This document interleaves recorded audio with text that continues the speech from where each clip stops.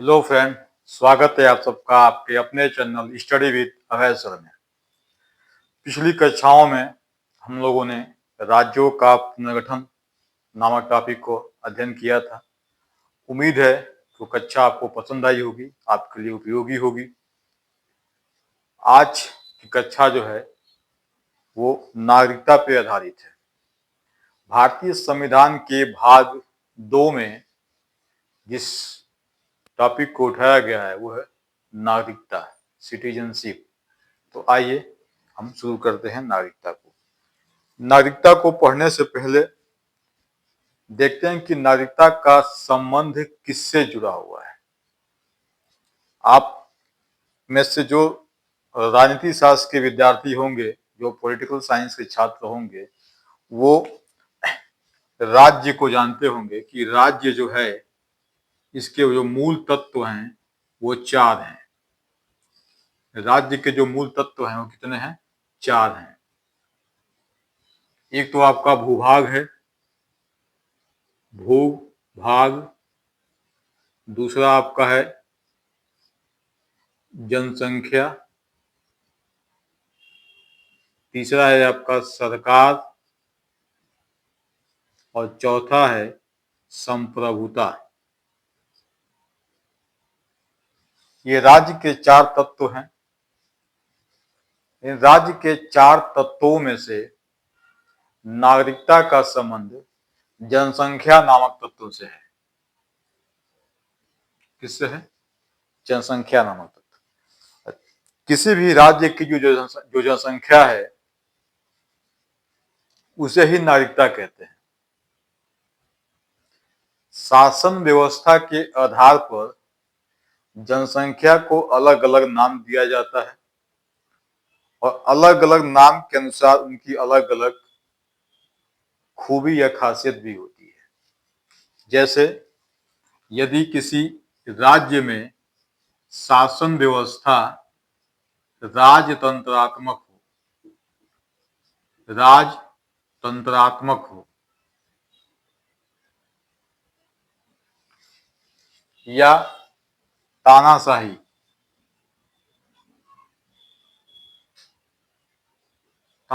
शासन व्यवस्था हो तो वहां की जनसंख्या को प्रजा कहा जाएगा। प्रजा या कहीं कहीं जनता। क्या कहा जाएगा? जनता। और जिस राज्य में लोकतंत्रात्मक शासन व्यवस्था हो, लोकतंत्रात्मक शासन व्यवस्था हो,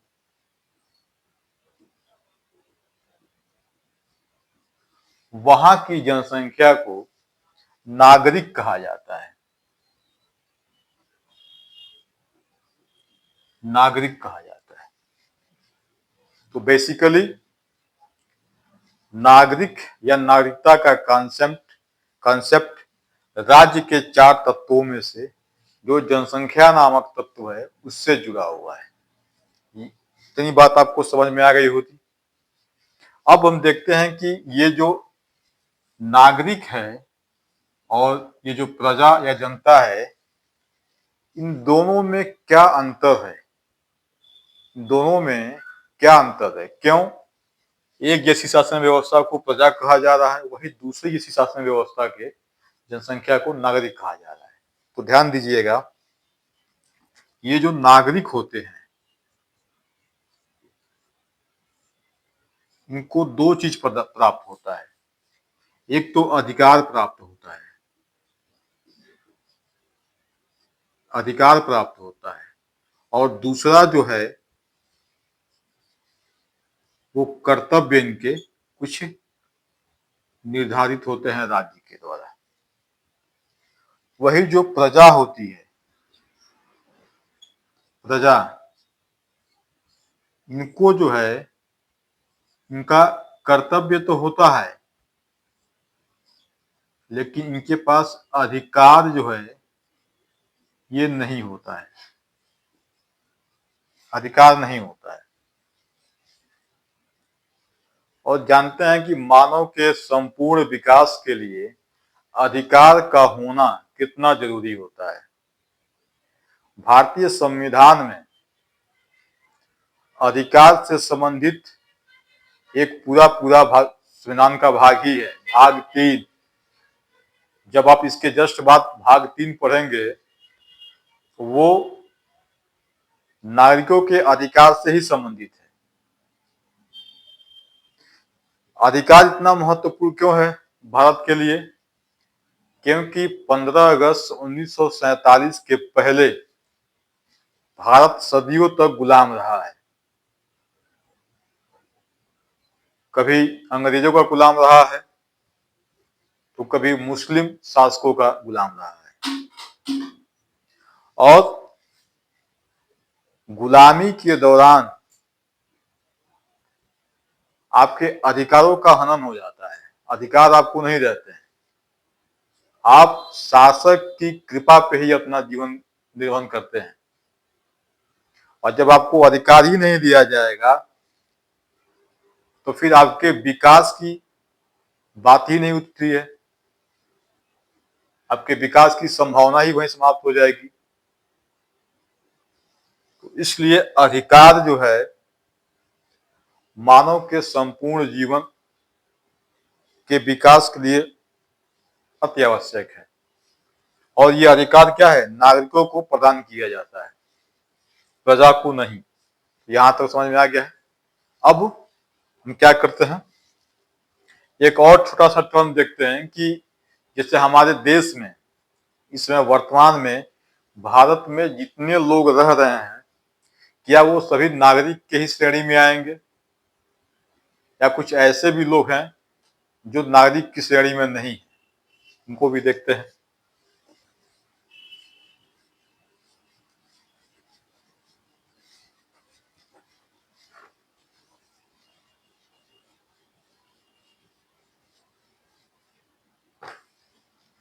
क्या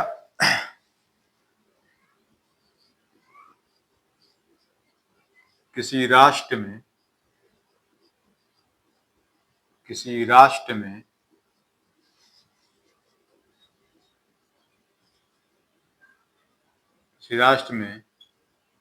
जो निवास करने वाले निवासी होते हैं उसमें कौन कौन शामिल हो सकते हैं?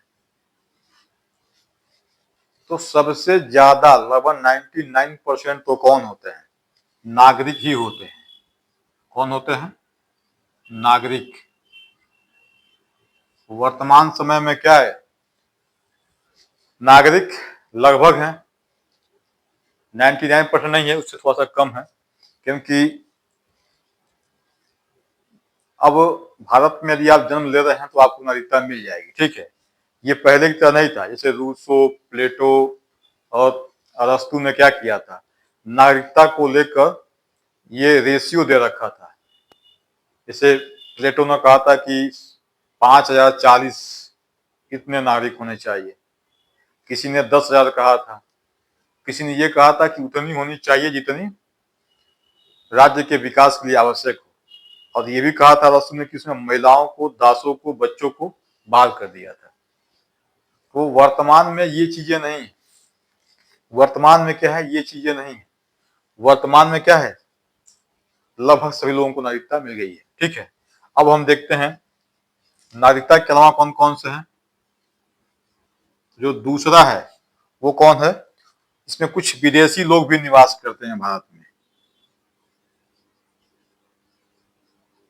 विदेशी लोग भी निवास करते हैं। तो विदेशी लोगों में एक तो आपके मित्र राष्ट्र के लोग हैं, मित्र राष्ट्र के, और एक शत्रु राष्ट्र के, शत्रु राष्ट्र के। तो इसी में आपके राजदूत वगैरह भी आ जाएंगे, या फिर जो कुछ इनलीगल लोग रहते हैं चुपे चुपे। जैसे एक नाम आप सुन रहे होंगे, स्लीपर सेल। जो पाकिस्तान जैसे लोग हैं, पाकिस्तान जैसे देश क्या करते हैं, यहाँ पे आतंकवादी गतिविधियों का अंजाम देने के लिए स्लीपर सेल का प्रयोग करते हैं। तो कुछ इस टाइप के लोग भी क्या रहते हैं यहाँ पे रहते हैं। तीसरे कौन से हैं? तीसरे हैं आपके शरणार्थी।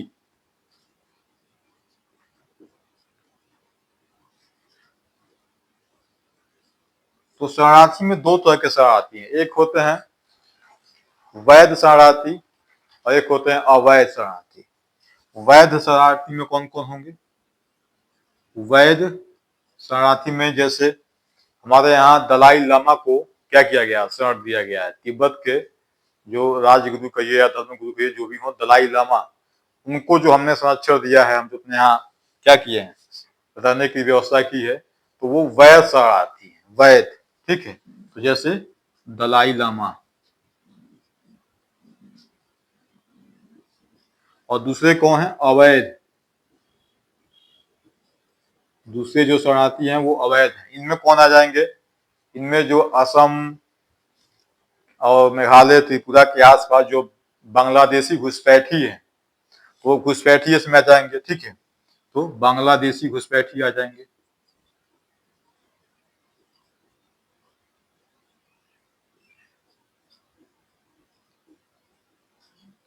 घुसपैठिए। और क्या आ जाएंगे इसके अलावा? रोहिंग्या आ जाएंगे।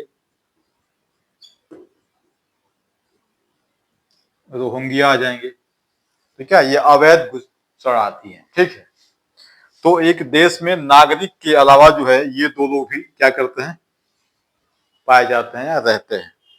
तो नागरिकता का कॉन्सेप्ट यहां तक आपको समझ में आ गया है। अब इसके आगे हम देखते हैं कि नागरिकता क्या है और नागरिकता के लक्षण क्या हैं। तो एक विद्वान है जो पॉलिटिकल साइंस के छात्र होंगे, नाम सुने होंगे, टी.एच. मार्शल। टी.एच. मार्शल।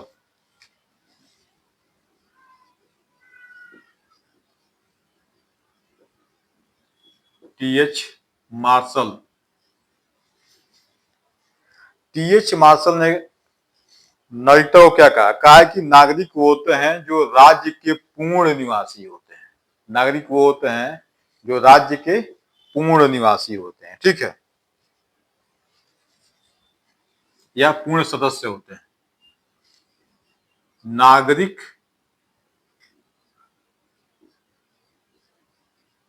किसी राज्य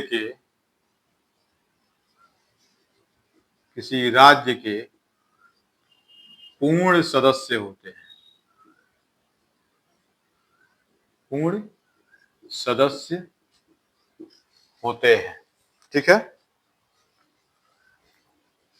क्या होते हैं? पूर्ण सदस्य होते हैं। और नागरिक के जो लक्षण हैं वो तीन लक्षण होते हैं। जो तत्व हैं, वो नागरिकता के जो तत्व हैं वो तीन तत्व हैं। वो तीन तत्वों में कौन सा है? तीन तत्वों में कौन सा है? पहला तो ये है कि जो नागरिक होगा वो राज्य द्वारा निर्धारित कर्तव्यों का निर्वहन करेगा। राज्य द्वारा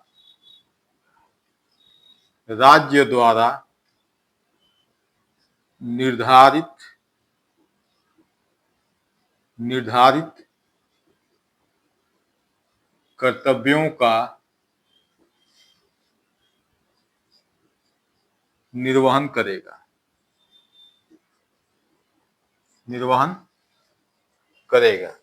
ठीक है, दूसरा क्या है? राज्य द्वारा मिलने वाले सभी अधिकार नागरिक को प्रदान किए जाएंगे। राज्य द्वारा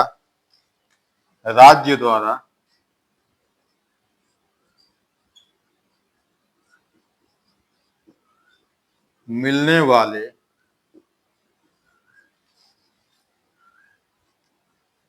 सभी अधिकार नागरिकों को प्राप्त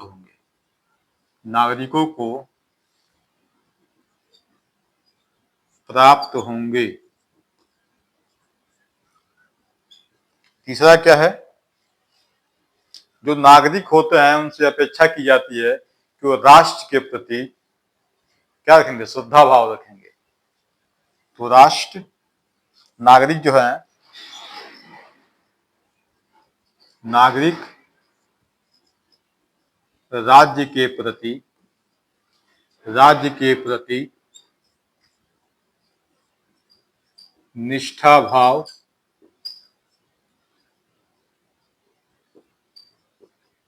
रखेंगे। तो नागरिकों से ये तीन बातें क्या है, अपेक्षित होती हैं। नागरिकों से हम इन तीन बातों की अपेक्षा करते हैं कि पहले जो राज्य के द्वारा निर्धारित कर्तव्य होंगे वो उसका पालन करेंगे। दूसरा, राज्य द्वारा जिस भी तरह के अधिकार दिए जाएंगे वो सारे अधिकार नागरिकों को प्राप्त होंगे। और तीसरा, यदि आप किसी राज्य के नागरिक हैं तो आप उस राज्य के प्रति क्या करेंगे, निष्ठा भाव रखेंगे। ये तीन चीजें क्या है, नागरिकों को प्राप्त होती है। अब इसके अलावा देखते हैं और क्या है। ये तो आपका हो गया नागरिकता क्या है और नागरिकता के लक्षण क्या है, यानी तत्व क्या है। ठीक है, अब देखते हैं कि जो नागरिकता है वो हमारे संविधान में कहाँ है, किस भाग में है और किस अनुच्छेद में है। ठीक है, तो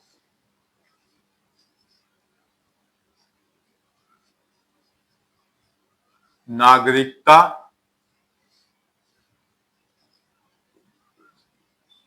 भारतीय संविधान के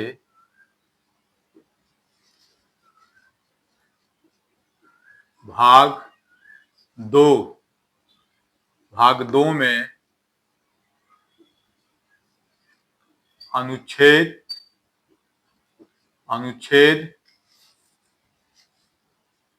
5 से 11 के अंतर्गत निहित है।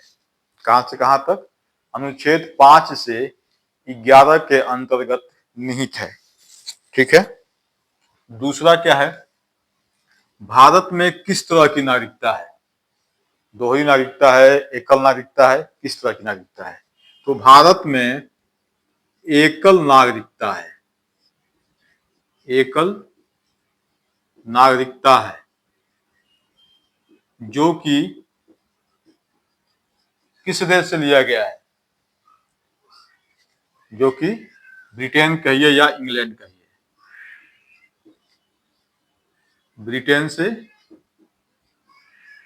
लिया गया है या ग्रहण किया गया है। ठीक है, अब ये तो हो गया। अब ये ध्यान अगला क्या हो सकता है, इस और क्वेश्चन बन सकता है कि जो नागरिकता है वो 7वीं अनुसूची में शामिल किस सूची से संबंधित है, संघ सूची से संबंधित है, राज्य सूची से संबंधित है या समवर्ती सूची से संबंधित है। तो ध्यान रखिएगा, नागरिकता जो है, नागरिकता 7वीं अनुसूची, 7वीं अनुसूची के 7वीं अनुसूची में शामिल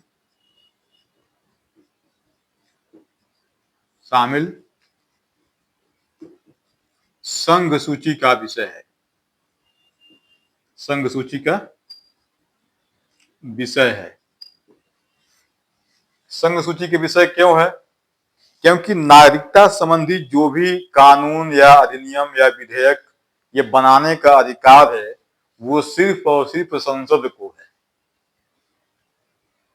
और संसद के अंदर यदि पूछा जाए किस मंत्रालय में, तो याद रखिएगा गृह मंत्रालय का ये काम है। ठीक है, ये आप समझ गए हैं।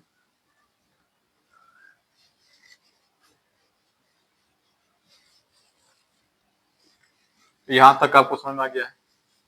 अब भारत में, क्योंकि भारत में नागरिकता कब से शुरू किया गया, आजादी के बाद। तो भारत में ये समस्या बनी रही कि आजादी के बाद किन लोगों को भारत का नागरिक माना जाएगा।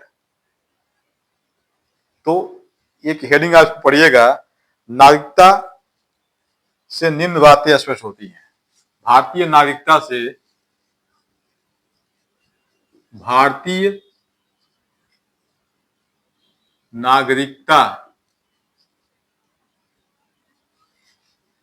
नागरिकता से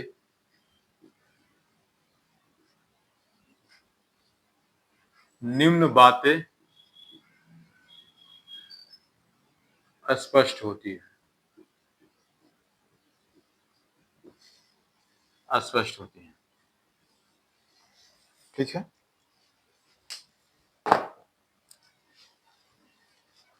पहला क्या है कि 26 जनवरी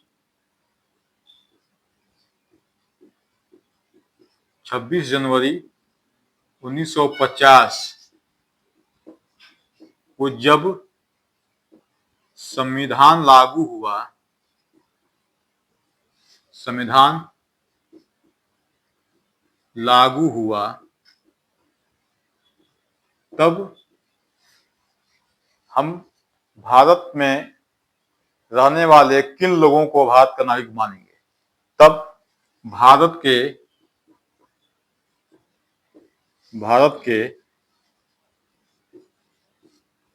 किन लोगों को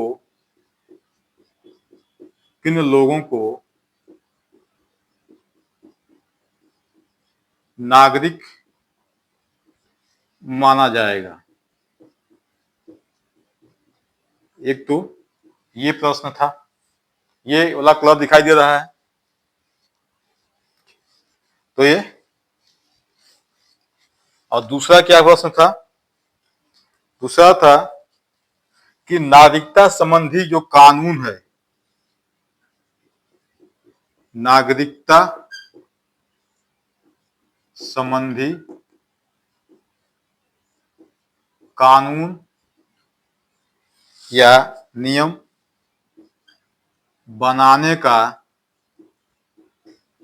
अधिकार किसे होगा? अधिकार किसे होगा? दूसरा ये भी सवाल था। ठीक है।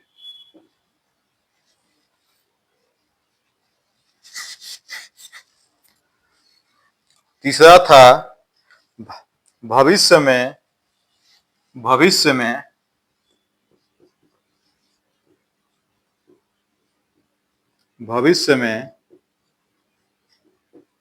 भारत की नागरिकता ग्रहण तथा त्याग करने की क्या विधि होगी। ठीक है। तो नागरिकता, जब भारतीय संविधान लागू हुआ था, तो उस समय नागरिकता के संबंध में ये 3 सवाल महत्वपूर्ण थे। जब हम नागरिकता को लागू कर रहे थे, उस समय 3 बातें जो है महत्वपूर्ण थी। पहली क्या थी कि 26 जनवरी 1950 को जब हम संविधान लागू कर रहे हैं, तो अपने देश में किन लोगों को नागरिक मानेंगे। पहला सवाल तो यही था। दूसरा सवाल क्या था कि ये जो नागरिकता संबंधी कानून बनाने का नियम है, कानून बनाने का अधिकार है, ये किसे दिया जाएगा। पता है आपको, संसद, और संसद के अंदर पूछे तो गृह मंत्रालय।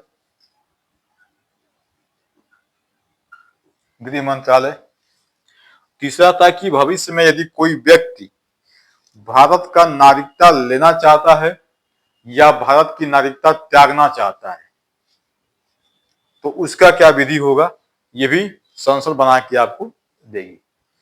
तो ये भारतीय नागरिकता लागू होते समय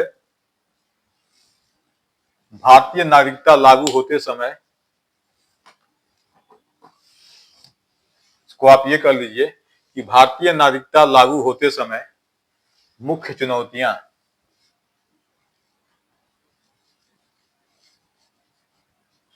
भारतीय नागरिकता लागू होते समय मुख्य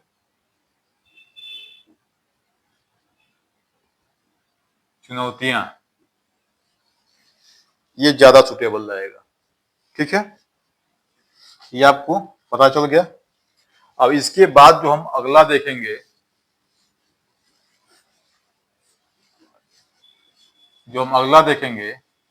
वो क्या है कि जो भारतीय संविधान की भाग 2 में जो अनुच्छेद वर्णित हैं नागरिकता संबंधी, उन अनुच्छेदों को क्या एक ही बार लागू किया गया था 26 जनवरी 1950 को, या कुछ ऐसे अनुच्छेद हैं जो पहले भी लागू हो गए थे। तो देखिएगा, भाग 2 अर्थात नागरिकता, इनसे संबंधित अनुच्छेदों को हम देखते हैं। एक है आपका 6, 7, 8, सॉरी 5 भी तो है, 5, 6, 7, 8। दूसरा है 9, 10 और 11, 5 से 11 तक है। तो ये 5 से लेकर 8 तक ये जो लागू हुए थे वो 26 नवंबर 1949 को, और ये जो लागू हुए थे वो लागू हुए थे कब? ये लागू हुए थे 26 जनवरी 1950 को, 1950 को। तो ध्यान रखिएगा, नागरिकता के संबंधी जो कुछ प्रावधान हैं वो संविधान लागू होने से पहले ही लागू हो गए थे, जब संविधान बनकर तैयार हुआ था, क्योंकि इसकी आवश्यकता थी, क्योंकि लोग बराबर इधर से उधर जा रहे थे, क्योंकि पाकिस्तान का बंटवारा हुआ था भारत से।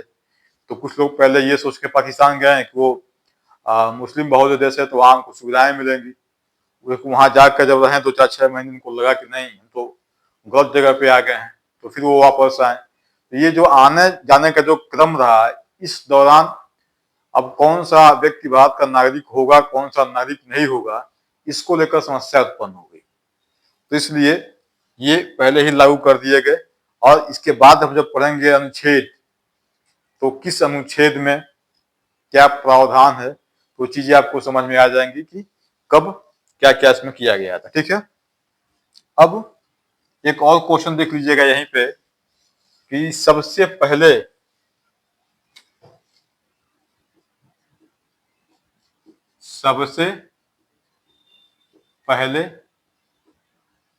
लागू होने वाला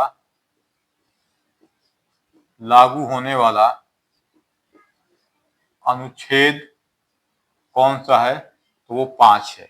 कौन सा है? भारतीय संविधान में सबसे पहले लागू होने वाला कौन सा अनुच्छेद है? अनुच्छेद 5 है। अभी जब अनुच्छेद 5 पढ़ेंगे तो आपको पता चल जाएगा कि इसमें क्या दिया हुआ है। ठीक है, मतलब इसमें दिया है कि नागरिकता जन्म पे आधारित। तो उसमें 3 शर्तें दी गई हैं कि व्यक्ति का स्वयं का जन्म भारत में हुआ हो, तो ये शर्त है।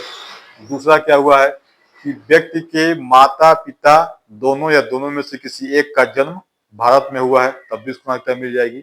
या तीसरा क्या है कि संविधान लागू होने के 5 वर्ष पूर्व से वो भारत में रह रहा है।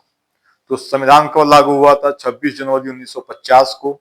उनसे आप 5 साल घटाएंगे, अर्थात 1945 से वो यदि भारत में रह रहा है तो उसे भारत की नागरिकता अनुच्छेद 5 के अंतर्गत क्या कर दी जाएगी? दे दी जाएगी। ये मान लिया कि जन्म से क्या है? भारत का नागरिक है। जो दूसरी शर्त है कि मतलब उसके माता पिता क्या हों? दोनों या दोनों में से कोई एक भी यदि भारत का नागरिक है तो आपको उसको क्या नागरिकता उसको मिल जाएगी। तो ये आपका अनुच्छेद 5 है। ठीक है, अब क्या है, अब देखते हैं कि संसद ने सबसे पहले नागरिकता संबंधी अधिनियम कब बनाया था और उसमें अब तक कितनी बार संशोधन किया गया है। तो ध्यान रखिएगा कि संसद द्वारा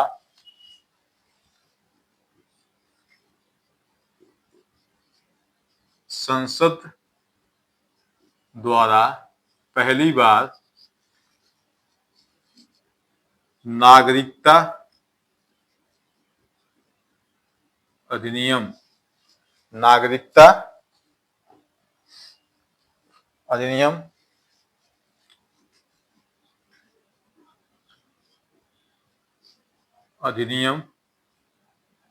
1955 क्या किया गया था? लागू किया गया था।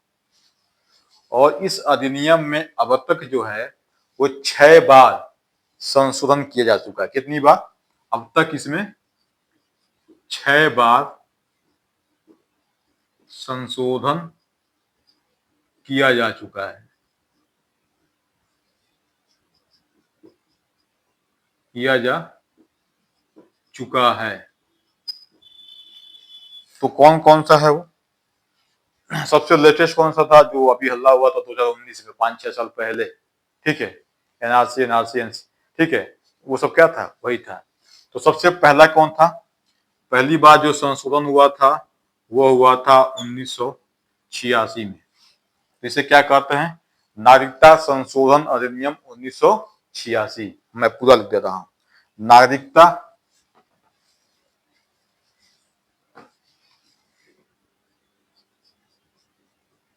नागरिकता संशोधन अधिनियम